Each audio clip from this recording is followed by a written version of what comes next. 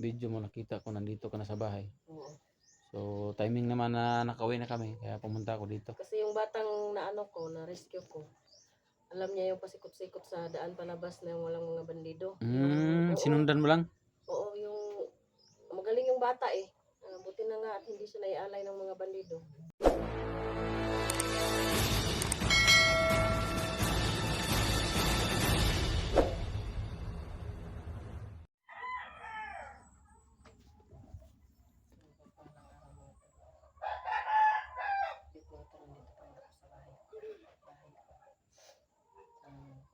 So, tol, kumusta?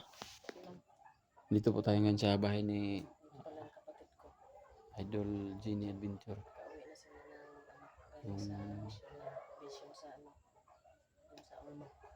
Buti naman at ligtas kayo, tol. Grabing mga paghihirap, mga pagsubok ang dumaan. Pagpunta namin doon sa Ormoc mga tol. So, Buti na lang at naging tagumpay yung ano nyo doon, mission nyo. si Tagumpay dul kasi andun si Electra, hindi ko pa alam kung anong kalagayan diyan. Wala pa siyang update. Wala pang upload, hindi pa ako nakapunta sa kanila. Grabe yung mga sayo, kumusta ka dito dul? Okay lang. Tol. May ano, yung kababa ko lang galing sa bundok. May na-rescue akong bata kaya lang turn over ko na sa barangay. Nag-off cam lang ako para hindi ng So yun talagang tama. kasi kawawa yung bata eh. Halos na lang patayin na ialay ng mga Buti na lang at na hindi ako bumaba agad. Yun pala yung may pa akong ma-rescue pa akong bata. Kawawa naman. So yun pala mga tol sa share ng video ng utol ko, Genie Adventure. Kampante ko mga tol na talagang may makaligtas siya kasi alam ko yung mga nangyari sa kanya kasi sinare niya yung mga video niya sa akin. Sa nag-share mga tol sa video. Yes. Maraming salamat na pala sa mga nag-share. Alam ko kung anong mga kaganapan sa kanya doon sa bundok. Kaya thank you mga tol sa pag-share at saka sa tong video namin mga tol ni utol ko. Ayun. Paki-share po mga tol. Sana pagpatuloy niyo pa rin i-share yung mga video ko. So, ito kami, hindi ko alam kung wala pa si Electra. Pero pag pumunta siya dito, busy pa yun. Doon yung papa niya. Baka siguro mamayang gabi pupunta ko, hindi ko pa alam. Sa nagsasabi nga pala, nag-comment na ilang oras yung pagtawid sa barko, nasa mga 3 oras. So yung mga tol na nasagot ko yung mensahe. Kasi may nagtanong, grabe yung kahirapan tol, yung doon kami sa bahay. Buti na lang at ang nangyari pala is inantay doon si Electra kasi laman siguro ng mga bandido na uuwi siya kasi kalag-kalag. Tapos ang mga bandido andun lang sa labas nag-abang. Dinakip yung papa niya, inilagay sa loob tapos sa labas nakabantay yung mga bandido ba. Tapos yung kapatid niya tumakbo sa may gubat. Pero hindi na yun, wala na yung may nagtanong na naman na kumusta na daw yung kapatid niya. Pero doon yun sa comment ni Electra. So ako yung sasagot diyan mga tol, yung kapatid niya is yung mama talaga ni Electra is andun sa bayan, may trabaho. Buti na lang at hindi na sali. Hindi nasali yung mama niya. Pinapunta namin yung kapatid niya doon. Pinapunta sa mama niya. Sa mama niya. Tapos yung bahay niya, inabili namin sa kapitbahay, malayo. Kaya may mga kalabaw, inabili muna namin doon bago kami pumunta dito. Tapos pagpunta namin dito, tol, grabing mga pagsubok sa daan. Bagyo man. May bagyo ba? May may nagtanong sa ang lugar daw yung upload namin na na may mga sira yung bahay. Doon pala yun sa may mahaplag mga tol. Mahaplag papunta dito. Grabing sira mga tol, mga poste, mga tumba. Mga tumba na. Sa pag patungo namin dito, hindi ako ang nasa isip ko talaga na makauwi. Kaso yung motor maliit. Hindi halos kayanin. Pag kaunti na lang yung gas ba. Tapos wala pa lang kuryente. ang problema. Tapos walang gasolina na ano, tinda sa tabi. Kailangan talaga makadating ng ano, ng yung malaking tubilanan, o Petron, yung ano yan. Gasoline station talaga. Oh, pero ang problema, burnout.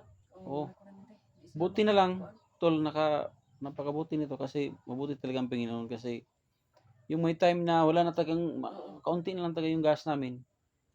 Sa time naman na makarating kami ng may ano, may nag-aandar na ano ba? Genset. O genset na Gasoline na may genset. makatubil kami. So yun mga tol, oh. Tapos Talaga. tapos pag sa bundok na kami, pauwi na dito. Yun naman nasagupa namin yung mga bar down. May time talaga na ano tol, landslide. Yung ang motor binubuhat ba? Binubuhat pa para makarating. Oh, binuhat para makarating sa kabila. Makatawid lang. Grabe talagang hirap. Sabi ko, maisalig naman tayo sa Panginoon. Lord, talagang tulungan niyo kami. Dasal lang talagang kailangan pag ano. Tapos, ang mabuti nito, pagdating na sa bahay doon na siya talaga bumigay yung motor ko. Na-flat na siya. Ang dami na niyang indang sakit oo. sa ano pa. Pero doon sa ano, sa may biyahe pa, Sa biyahe, okay pa kondisyon niya. Tapos, grabe, walang tulog. Sabi ka, nagmotor kayo. pero mas minabuti ko kasi yung magmotor kasi pagdating doon talagang maka-exit agad kasi motor kung mag-bus mapay siguro Stranded talaga. stranded tapos maapsa ng bandido ba. So mga tao nga salamat ako sa Panginoon na ganoon yung nangyayari sa amin, nakaligtas kami at saka sa mga nag-share ng video namin. Thank you mga tol sa mga sumuporta sa atin. Thank you mga tol sa inyo sa walang sawang suporta. Salamat mga tol. Kaya nandito tayo sa kapatid ko mga tol. Maraming salamat sa pag-share ng video ko. Paki-support sa kapatid ko mga tol. Malaking tulong na po yung pag-share ng video ko. Genie Adventure po yan mga tol. Hindi kayo magsawa na mag-share. Hindi kayo magsawa na panoorin yung video ko.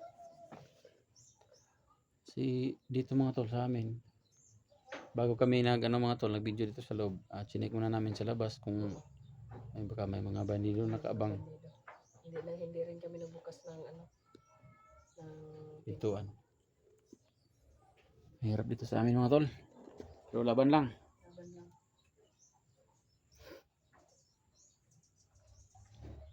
Pasensya na tol na yung time na umalis kami ba. Kasi di ba inambos tayo, nagkahiwalay tayo. Napasok sa isip ko na kailangan na talaga na mga tol. Kailangan na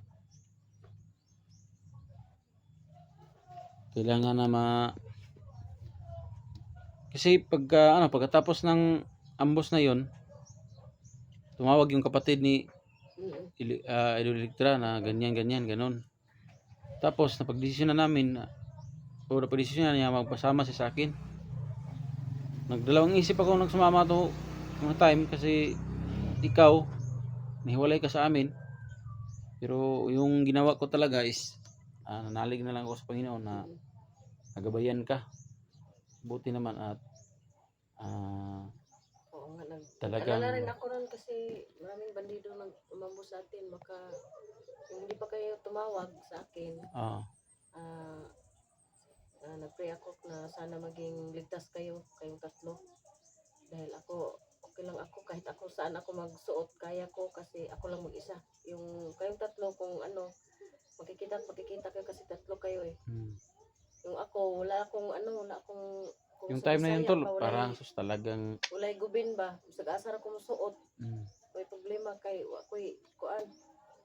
Hindi pa kung wala pa ko kay kauli diretso kay. Yun na time talaga tol, talagang sa Panginoon talaga ako nanalig ko sa Panginoon na ilagay ka sa mabuting kamay ba. So yun, tapos ito na mga tol, dito na siya.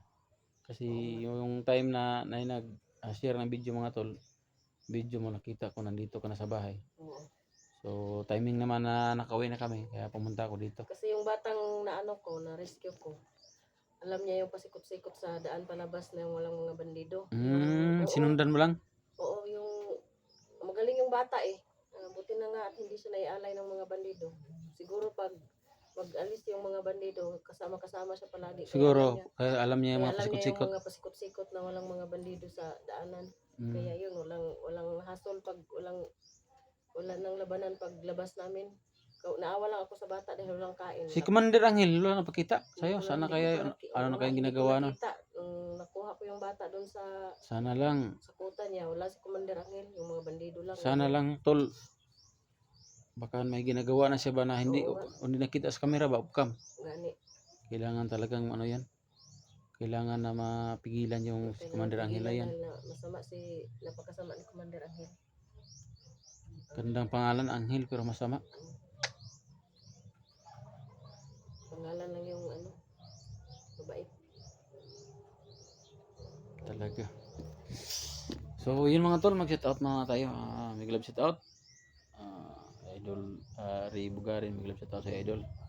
Thank you po, Idol, Yan si Ray sa Bugarin, pag-share ng mga video namin, mga tol. Solid na solid yan. Salamat po sa Ray Bugarin. Kay mga hindi ko po talaga nakikita yung mga toong yung mga pangalan talaga yung mga nag-support sa amin. Pasensya na mga tol, kung ilan lang yung ma-shout out natin. Subukan natin sa sunod na kuha ng magandang signal. Makuha natin yung sino yung mga taong nagano share ng video natin. Oo. Hindi ko nga rin isa-isa yung na. Konting tiis na lang.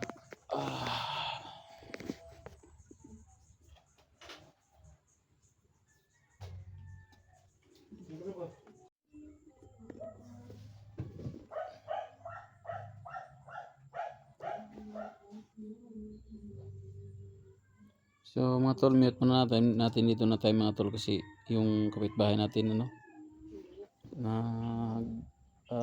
sa sounds. Sila? May birthday yata.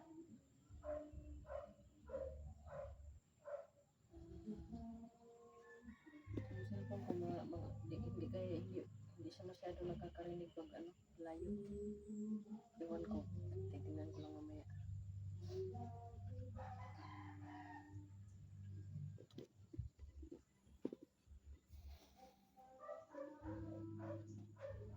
Mga aso pa nagtatahulan.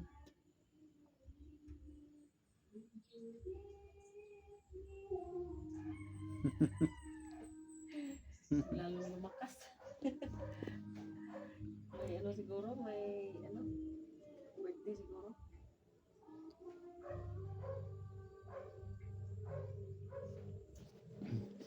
Lagi yan sila sound sa niya.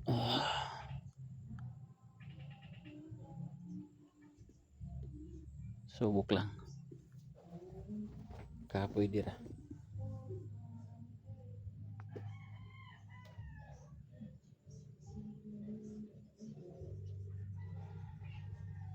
Siguro mamaya punta ako dun sa bahay ni bahay niyo. Pwede. Kala mama? Oo, sasabihin ko rin si mama. Pwede. Pauwi ka na? Oh, doon ako galing. Buti naman. Hindi ako nakapunta doon kasi yung mga bata walang kasama dito. Habilin mo lang siya sa sila sa silda. Goodbye. Oo. May mapagtiwalaan naman tayo dito.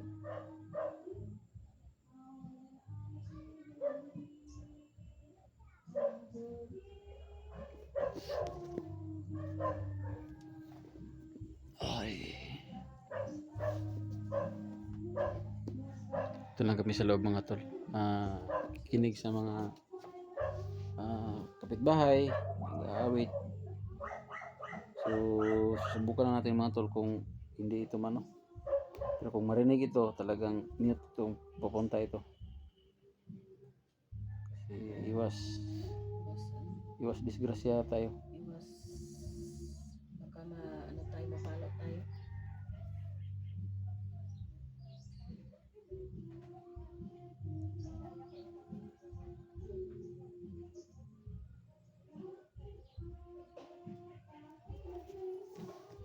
Nasa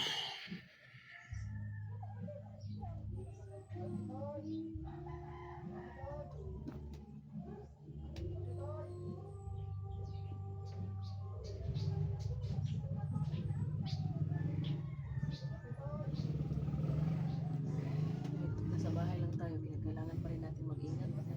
Oh, kasi mahirap na ano, mahirap na maunahan tayo.